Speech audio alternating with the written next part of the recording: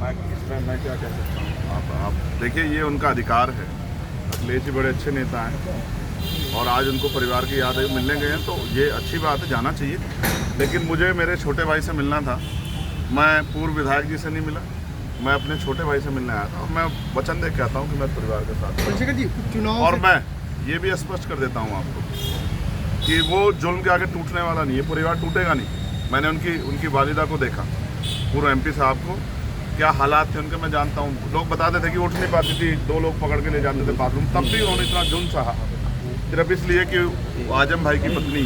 अभी आपने कहा कि कुछ लोग साथ नहीं दे रहे हैं, किसकी तरफ इशारा था? नहीं, मेरा एडमिनिस्ट्रेशन और जो सिस्टम है उससे मैं वो कर रहा हूँ। आप अखिलेश जी की तरफ मत ले जाइए। मैं सिर्फ ये सिस्टम से सवाल खड़ा कर रहा हूँ कि जो सिस्टम है, न्यायपालिका पर हम भरोसा करते हैं, लेकिन अगर जज साहब कहें कि हम मजबूर हैं, हमारे ऊपर दबाव है, तो फिर न्याय कैसे मिलेगा? मुझे एक खतरा और है, ये मेरा पर्सनल है, मेरे बहादुर छोटे भाई ने मुझसे नहीं कहा। जिस तरह से पिछली कई घटनाएं हुई हैं, मैं उनकी जान की सलामती की प्रार्थना करता हूँ। और मैं सरकार से कहता हूँ कि ठीक है, आपके विरोध अंतर विरोध हो सकते हैं, वैचारिक विरोध हो सकते हैं, राजनीतिक विरोध हो सकते हैं, लेकिन मैं चेतावनी के तौर पर कहना चाहता हूँ कि अगर कोई इस तरह का षड्यंत्र या साजिश करने की कोशिश की गई तो हम और हमारी पार्टी के लोग बिल्कुल चुप नहीं रहेंगे, ईंट से ईंट सरकार के बजा देंगे। ये चेतावनी में सरकार को देना चाहते हैं। अब्दुल्ला से आज आपकी मुलाकात हुई, क्या दलित कई जगह पे ऐसा देखने को मिला, हमीरपुर और तमाम जगहों से खबरें आई, समाजवादी पार्टी से लोग टूट कर आपकी पार्टी में आए हैं, तो कहीं ना कहीं ये भी कहा जा रहा है कि तोड़ने का काम कर आप इसे राजनीतिक मुलाकात बनाना चाहते हैं, जबकि मैं फिर आपसे समझना चाहते हैं, सिर्फ समझना। मैंने समझा आपको कि आज वो बुरे दौर में, तकलीफ में, आज एक भाई होने के नाते, बड़ा भाई होने के नाते मेरी जिम्मेदारी बनती है कि मैं अपने छोटे भाई के साथ करूं। और वो मेरे बड़े भाई, उनके जो वालिद साहब हैं, आजम साहब, वो मेरे बड़े भाई, जब मुझे गोली लगी थी वो पूरा परिवार आया था, हजारों लोगों के साथ 2 घंटे मेरे दुख में शामिल हुआ और मुझसे कहा कि घबराना मत मेरे भाई। तब मैं सांसद भी नहीं था। तो जिन्होंने मेरे बुरे सख्त में एक इंच जो एक कदम मेरे लिए चले, मैं उनके लिए 100 कदम चला। अच्छा सर, इसका संदेश तो जाएगा ही, भले आपकी निजी मुलाकात है, दलित मुस्लिम पर ये चूंकि उपचुनाव भी, इसमें ऐसे में संदेश तो जाएगा ही। जाति के आधार पर जोड़ रहे हैं? ये नहीं, जाति के आधार पे नहीं, ये संदेश तो चला ही जाएगा। मतलब पॉलिटिकल कहते हैं कि एक परेशान साथी के साथ एक परेशान साथी खड़ा हुआ, तो ये मुलाकात एक वो जो जुल्म सह रहा है और एक जिसके ऊपर जुल्म हुआ है। गोली उत्तर प्रदेश में किसी और पे चली है क्या? पिछले साल से सर बंद है, 1 साल हो गया, इससे पहले भी मुलाकात नहीं बताया। लगातार परिवार के जरिए मेरी बातचीत होती है, उनके साथी जो यहाँ थे उनके जरिए मैं जानकारी लेता हूँ। मैं इसको पॉलिटिकल नहीं बनाना चाहता था इसीलिए, लेकिन अब मेरे पास ऐसे इनपुट थे कि अब ज़्यादा मेरे भाई को मेरी ज़रूरत है। तो ऐसे समय पर मेरा चुनाव में घूमना या वो सब चीज़ें बाद में मैंने उनको लिया, और मेरा मन था कि पहले मैं जाके मिलकर उनके हालात को जानूं। अच्छा, कुछ बताइए हो, कुछ वो भी तो शेयर कीजिए। आप जेल के अंदर का हम लोगों को नहीं पता चलता, आपको क्या लगता है एक बहादुर आदमी क्या कभी अपनी तकलीफों को बयां करता है? आपने क्या उसके चेहरे पे, उसने मुझसे कहा मैंने अखबार पढ़ना चाहिए, उसने मुझसे कहा कि मैंने परिवार के लोगों को कहा कि मैंने यहाँ मुलाकात करने मत आना, क्योंकि मैं जिस लड़ाई में हूँ अन्याय के खिलाफ, उसमें कोई भी थोड़े मैं पीछे नहीं आ सकता। ठीक है। और उन्होंने कहा अगर नए मुकदमे जिस तरह से लग रहे हैं, सरकार उन पर दया कर रही है, नए मुकदमे लगा के, तो कह रहे चाहे कितने मुकदमे लग जाएं, मैं हर लड़ाई लड़ने के लिए तैयार हूँ, लेकिन अपने लोगों के लिए मैं जो लड़ाई हमारी चली आ रही लंबे समय से वो जारी रहेगी, उससे पीछे नहीं हटेंगे। पारिवारिक संबंध है आजम खान परिवार से, पूरा पारिवारिक संबंध क्या माना जाए? भविष्य में आपके साथ आ सकते हैं आप लोग? वो मेरे साथ हैं। हाँ, वो भाई, वो मैं फिर कह रहा हूँ, क्या आपके पिता आपकी माता आपके साथ नहीं है? वो मेरे बड़े भाई हैं, वो मेरे साथ हैं, और ये मेरे छोटे भाई हैं, ये भी मेरे साथ हैं।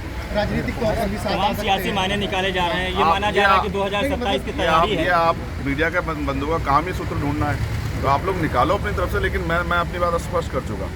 और राजनीतिक लाभ की वो होती, या तो फिर मैं सीधे आजम भाई से मिलने जाता, लेकिन जहाँ जरूरत थी वहाँ गया। और बहुत जल्द जो है, मैं आपको फिर कहता हूँ कि ये बादल भी जो हैं, काले बादल भी हटेंगे। ये जो घनघोर बादल मुसीबत होगी, ये भी हटेंगे, और एक दिन सवेरा भी आएगा, और फिर से उतनी ताकत मिलेगी जिस ताकत के लिए हम लोग प्रयास करें। ठीक करो, हम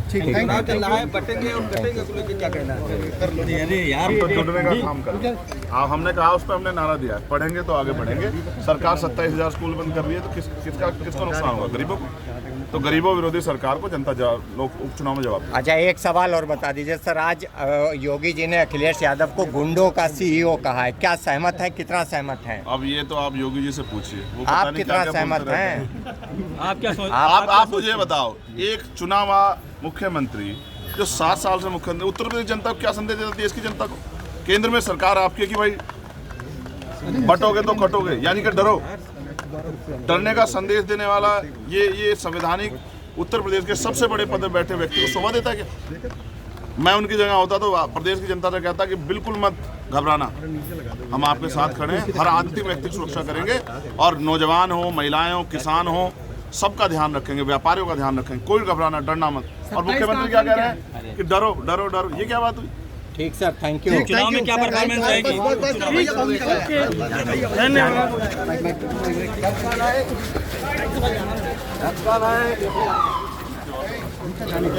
अरे निकल जाए तो इनके पार्टी के लोग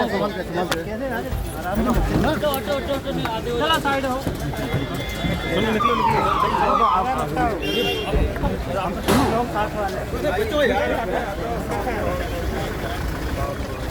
ठीक है भाई।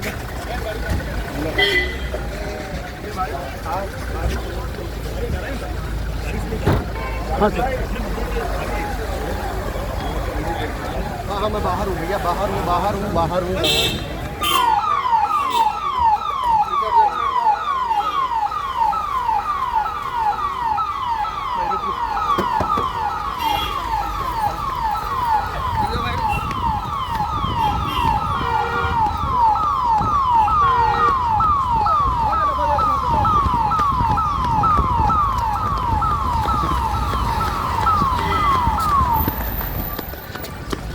यहाँ नहीं रुकेंगे, रुके ही कहीं ले लो तो